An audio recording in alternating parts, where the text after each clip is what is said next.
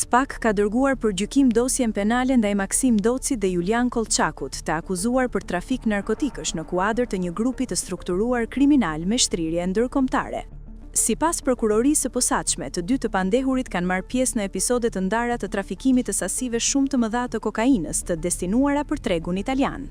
Për Maksim Docin, SPAK provon përfshirjen direkte në rikuperimin e mbi 140 kg kokainë neto të sekuestruar më 2 mars 2022 në portin e Livornos. Hetimi dokumenton gjithashtu rolin e tij të rëndësishëm në tentativën për rikuperimin e rreth 120 kg kokainë bruto të ardhur nga Ekuadori më 11 janar 2022.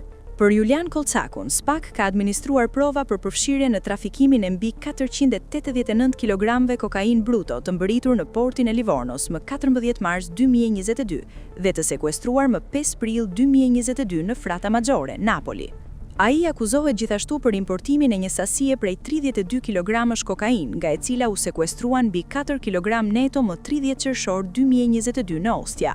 Procedimi penal në Shqipëri nisi mbi bazën e kërkesës zyrtare të autoriteteve gjyqësore italiane, konkretisht të Prokurorisë së Republikës pranë Gjykatës së Firences dhe Drejtorisë së Distriktit Antimafia.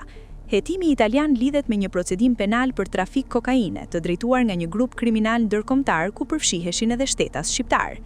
Sipas dosjes, rrjeti kriminal vepronte paralelisht në disa shtete. Aktiviteti shtrihej në Shqipëri, kryesisht në Durrës dhe Tiranë, në Amerikën e Jugut, në Ekuador dhe Panama, si dhe në Itali, në provincat e Pizës, Piemontes dhe Trevizos. Hetimi italian nisi pas një operacioni të Guardia di Finanza në Livorno në periudhën 7 deri në 9 mars 2021. Gjatë këtij kontrolli, autoritetet identifikuan shtetas shqiptar të kapur në flagrancë gjatë operacioneve për nxjerrjen e një ngarkese kokaine të ardhur nga Amerika Latine përmes portit të Livornos. SPAK vlerëson se provat e administruara dokumentojnë një strukturë të organizuar, role të përcaktuara dhe bashkëpunim të qëndrueshëm në kohë, element që e kualifikojnë veprën penale si trafik narkotikësh në kuadër të grupit të strukturuar kriminal. Dosja tashmë ndodhet në gjykim, ku pritet të vlerësohet përgjegjësia penale të pandehurve mbi bazën e provave të mbledhura nga autoritetet shqiptare dhe italiane.